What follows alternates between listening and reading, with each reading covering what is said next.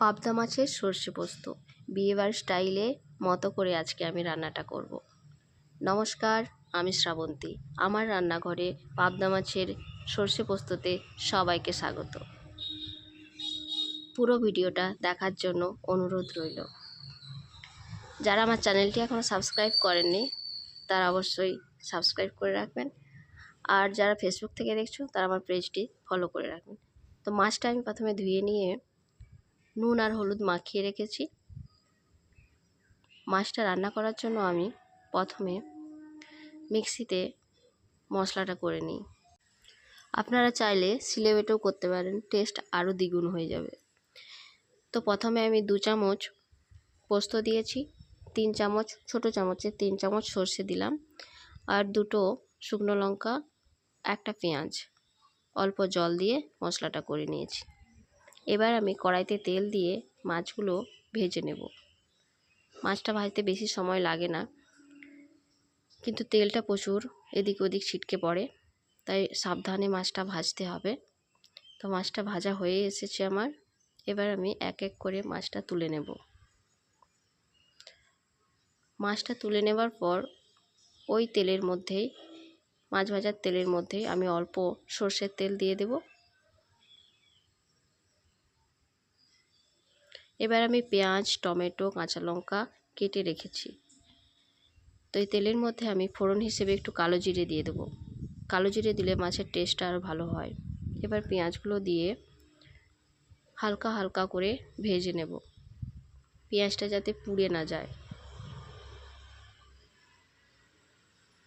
টমেটোগুলো দিয়ে দিলাম। এখনকার টমেটোগুলো সেদ্ধ হয় না, তাই পেঁয়াজের সাথেই ভেজে নিচ্ছি।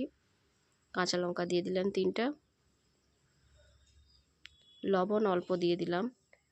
পেঁয়াজ আর টমেটোটা তাড়াতাড়ি ভাজা হয়ে যাবে।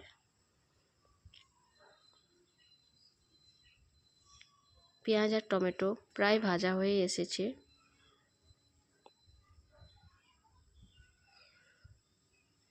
এবার আমি ওই মিক্সিতে সর্ষে, পোস্ত, শুকনো লঙ্কা 2টো দিয়েছিলাম, আর জল দিয়ে পেঁয়াজ দিয়ে যে পেস্টটা বানিয়ে রেখেছি ওটা দিয়ে দেব।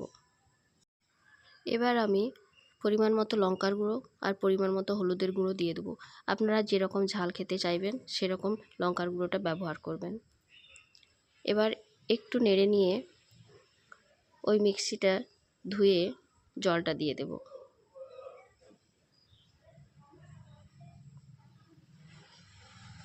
আরও একটু অল্প জল দিয়ে দেব।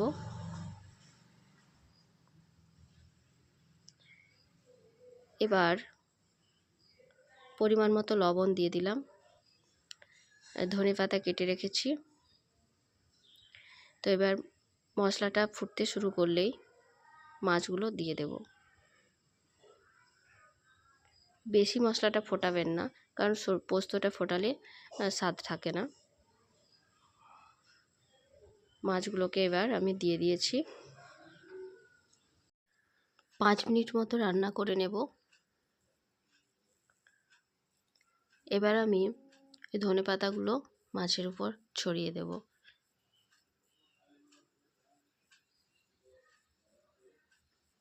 বেশি ঝোল ঝোল থাকবে না, একটু মাখো মাখো হবে। এবার অল্প সর্ষের তেল ওপর থেকে ছড়িয়ে দিয়ে গরম গরম পরিবেশন করব।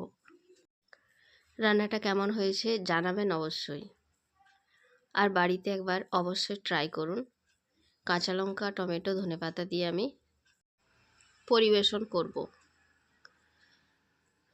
তো আবার দেখা হচ্ছে নতুন একটি রেসিপিতে, নতুন একটি ভিডিওতে। ততক্ষণকে টাটা, বাই বাই।